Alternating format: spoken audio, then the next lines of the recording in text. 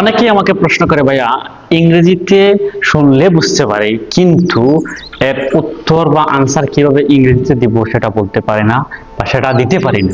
এর পিছনে কারণ কি?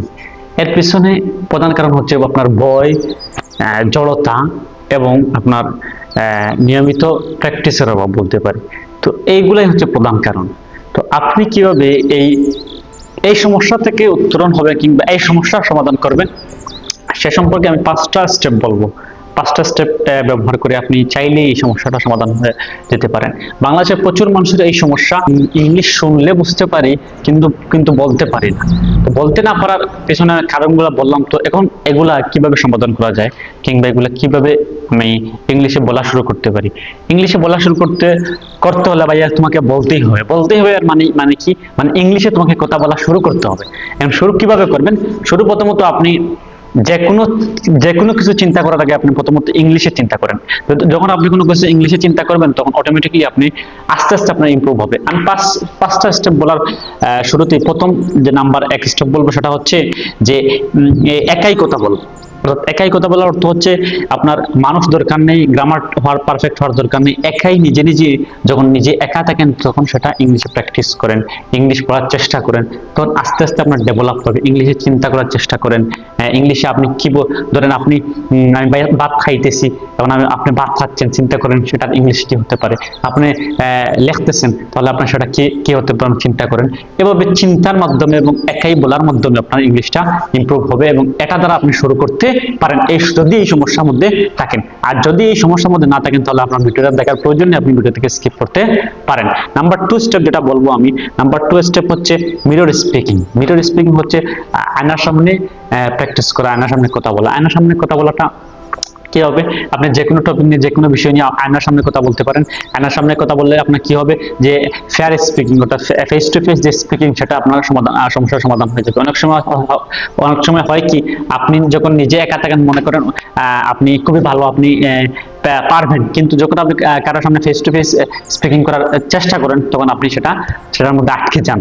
তখন আয়নায় স্পিকিং করলে সেটা হবে আপনার সামনে যখন আপনাকে নিজে দেখবেন তখন আপনার স্পিকিংটা ইমপ্রুভ হবে এবং আপনার বডি ল্যাঙ্গুয়েজ দ্বারা আপনার আত্মবিশ্বাস বাড়বে। তো মিরর স্পিকিংটা মাস্ট করবেন এবং সেটা পারলে দৈনিক 1 মিনিট 2 মিনিট করে শুরু করতে পারেন, তাহলে আপনি ইনশাআল্লাহ ইমপ্রুভ হবে। থার্ড যে স্টেপ নিয়ে আমি কথা বলবো সেটা হচ্ছে ফর্মুলা ব্যবহার করুন। ফর্মুলা কিভাবে ব্যবহার করবেন? ফর্মুলা হচ্ছে আমরা জানি একটা সেন্টেন্স কিভাবে শুরু হয়। একটা সেন্টেন্স সাবজেক্ট ভার্ব অবজেক্ট দ্বারা শুরু হয়। সাবজেক্ট ভার্ব অবজেক্ট দ্বারা শুরু হয়। আপনি একটা সেন্টেন্স সাবজেক্ট কি কোনগুলো সেগুলো চিনুন, ভার্ব কোনগুলো সেগুলো একটু সম্পর্কে আইডিয়া নিন এবং অবজেক্ট কোনগুলো হতে পারে সেগুলো সম্পর্কে একটু আইডিয়া নিয়ে শুরু করতে পারেন। এবং স্পিকিং এর জন্য কিছু এক্সপ্রেশন আছে সেগুলো একটু করে মুখস্থ করুন এবং নিজে বলার চেষ্টা করুন। স্টেপ যে 4 নম্বর স্টেপের কথা বলবো আমি, সেটা হচ্ছে 60 সেকেন্ড চ্যালেঞ্জ করুন, অর্থাৎ 1 মিনিট একটা চ্যালেঞ্জ করুন। প্রতিদিন 1 মিনিট কথা বলবেন, এটা নিয়ে প্রতিজ্ঞা করুন এবং এটা নিয়ে একটা চ্যালেঞ্জ করুন। অথবা কোন টপিক নিয়ে আপনি কথা বলবেন, সেটা কথা বলার জন্য আপনি মিরর সামনে, আয়নার সামনে গিয়ে নিজেকে দাঁড় করিয়ে 1 মিনিট একটি প্র্যাকটিস করতে পারেন, একটি চর্চা করতে পারেন। এতে করে আপনার স্পিকিংটা অনেক বেশি ইমপ্রুভ হবে এবং উন্নত হবে এবং আপনার যে ফেয়ার স্পিকিং, অর্থাৎ স্পিকিং এর যে বয়সটা দূর হবে এবং ফেস টু ফেস স্পিকিং এর আপনার অনেক ইমপ্রুভ হবে।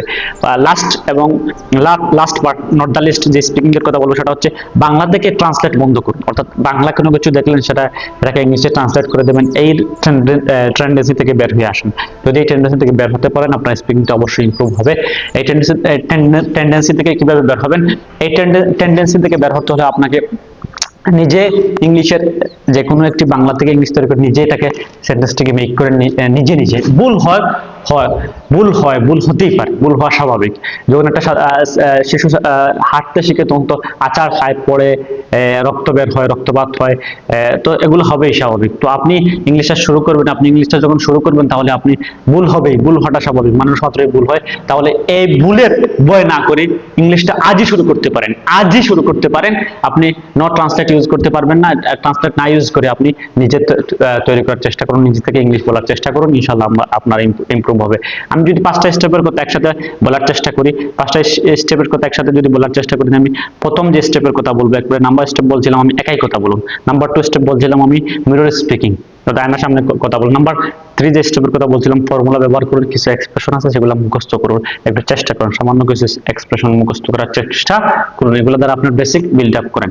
তারপরে হচ্ছে আপনার যে 1 মিনিট অর্থাৎ 60 সেকেন্ড একটা চ্যালেঞ্জ নিতে পারেন আপনি, প্রতিদিনের একটা চ্যালেঞ্জ অথবা 1 মাসের 1 সপ্তাহে একটা চ্যালেঞ্জ নিতে পারেন। নাম্বার 5 যে আমি স্টেপ বলেছিলাম সেটা হচ্ছে বাংলা থেকে ইংলিশ ট্রান্সলেট বন্ধ করুন। এগুলোই হলো আমার একটু চিন্তাধারার মধ্যে এই স্টেপ 5টা আছে, এগুলো যদি শুরু করতে পারেন আমি ইনশাল্লাহ, আমি বিশ্বাস রাখি অন্ততপক্ষে আপনার ইমপ্রুভ হবে, ইংলিশের যে কথা বলার যে বয়সটা দূর হবে ইনশাল্লাহ।